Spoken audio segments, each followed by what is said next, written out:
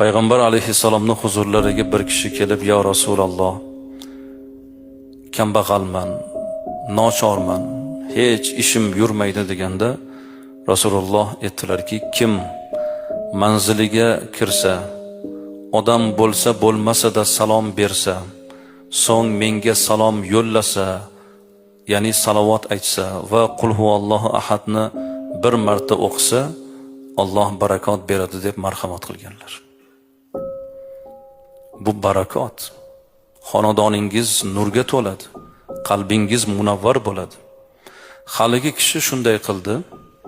Natijada Alloh taolo unga shu darajada rizq berdiki, hattoki qo'shnilari ham barakaga to'lib ketdi deb Hofiz Abu Muso Madaniy marhamat qiladilar.